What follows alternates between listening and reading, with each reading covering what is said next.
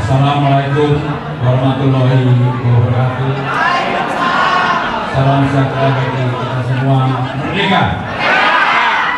Saudara-saudara sekalian, Bang Alof yang saya hormati,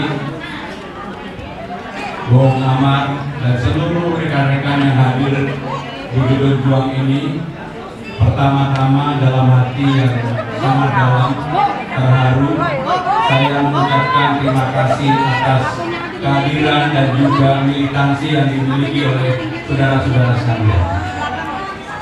Saya meyakini apa yang menjadi keinginan, militansi, energi yang saudara-saudara berikan kepada saya, ini menjadi tekad kuat saya untuk memenangkan pertarungan dalam pemilihan gubernur.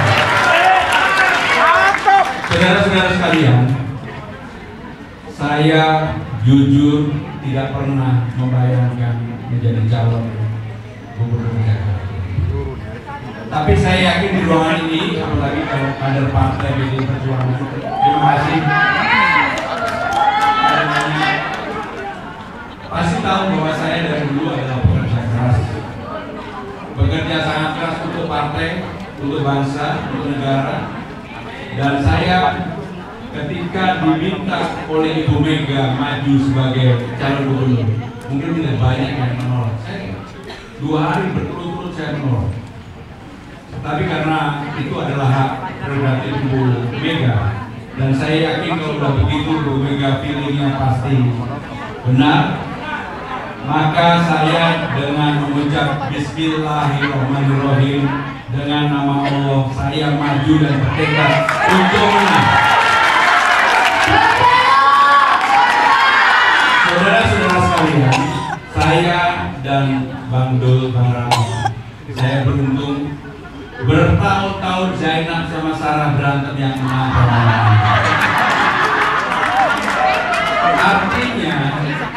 artinya alam semesta itu memberikan dukungan.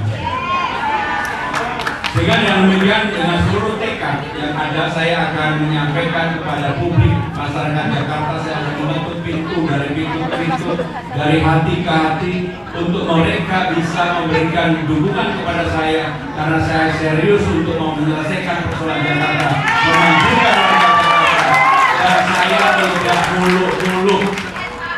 Saya tidak muluk-muluk misalnya membangun seperti Dubai atau apapun. Tetapi saya akan memulai dengan hal-hal kecil, apa yang menjadi persoalan masyarakat di bawah.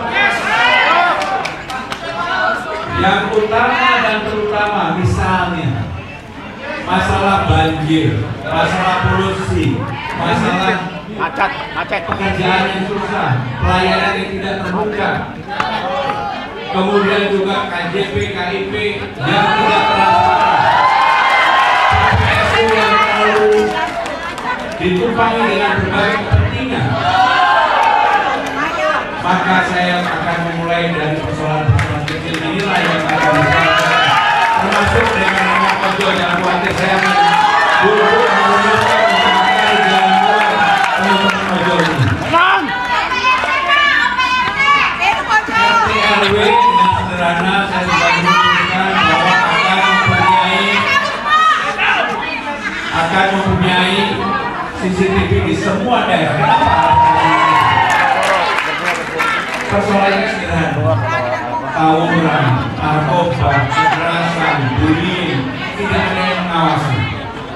Kalau RT/RW ada CCTV kemudian dikoneksikan ke rumah-rumah, kita semua akan merasa lebih aman, lebih nyaman, dan mudah-mudahan ini merupakan awal baru gotong royong yang ada di masyarakat kita. Waktu saya datang tadi disambut oleh masyarakat Betawi, pertanyaannya sederhana, kalau Mas Pram jadi gubernur, apakah tetap ingat akan kebudayaan Betawi? Saudara-saudara, dengan sederhana saya menjawab, yang akan kita bangun di semua kelurahan di Jakarta akan ada balai rakyat yang bisa digunakan oleh seluruh warga.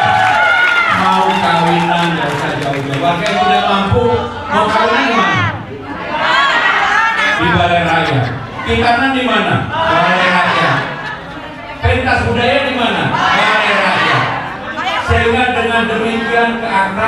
keluarga yang ada ini menjadi satu. Sehingga dengan demikian balai rakyat tempat untuk bergotong royong, bersilaturahmi, berbagi. Ya, ada yang pacaran juga tidak apa-apa. Sehingga dengan demikian saudara-saudara sekalian, sekali lagi saya ingin mengatakan bahwa saya akan memulai dari yang kecil-kecil.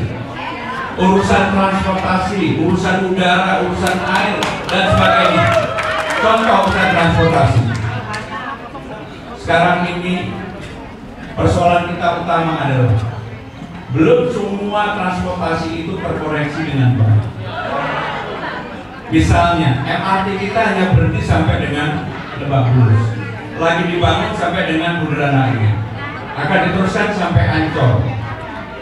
Saudara-saudara sekalian, maka menjadi kewajiban pemerintah pusat dan pemerintah Jakarta untuk melakukan pembenahan itu. Bahkan kalau perlu yang namanya MRT itu sampai Tangerang Selatan.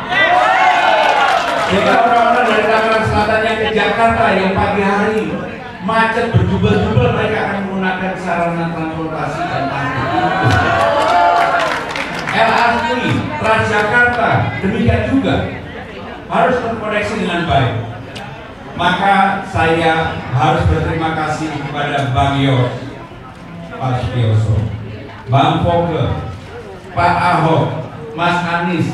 Apa yang sudah mereka tinggalkan akan saya lakukan perbaikan, dan mudah-mudahan akan saya selesaikan dalam era periode yang saya contoh Bang Yos melahirkan yang disebut dengan Transjakarta. Sekarang ada 15 koridor di Jakarta ini. Kemudian diteruskan oleh Bang Foke dengan berbagai inovasi yang ada, oleh Mas Anies dengan Jack Ukurnya, oleh Pak Ahok dan berbagai yang ada. Tetapi dari pemimpin ke pemimpin sayangnya tidak terkoneksi dengan baik. Maka hal yang baik yang ditinggalkan Pak Ahok, contohnya orang memberikan laporan di balai kota dengan langsung akan dibuka kembali. Tetapi warga yang dari jauh yang tidak bisa datang juga bisa melaporkan secara digital. Yang baik dari Pak Anies contohnya, misalnya JIS yang besok akan ada Bruno Mars, atau malam ini, malam ini ada Bruno Mars. Maka infrastruktur untuk pertandingan bola ataupun pertunjukan konser musik diperbaiki. Saya mengalami sejak sendiri ketika nonton konsernya Dewa, pulang jalan kaki 2 jam lebih. Maka yang begini harus dilakukan perbaikan. Sudah bagus, stadionnya sudah bagus, daya tampungnya juga bagus. Kalau kemudian MRT-nya itu sampai Ancol, maka wajib untuk menyambungkan dari Ancol ke JIS transportasi publik secara langsung, sehingga orang dari manapun bisa pergi ke JIS tanpa harus bawa mobil, tanpa harus macet-macet yang lama, dan seterusnya. Bahkan di JIS pun saya sudah memikirkan bahwa JIS akan menjadi tempat home-nya Jackmania atau Persija. Dan Jackmania kita buatkan Jackmania Center di JIS, sehingga jualan merchandise di sana, orang bisa beraktivitas di sana, bergotong royong di sana, sehingga nggak seperti sekarang ini bahwa JIS hanya stadion saja, begitu tidak ada pertandingan sepak bola, tidak ada konser, semuanya nggak ada.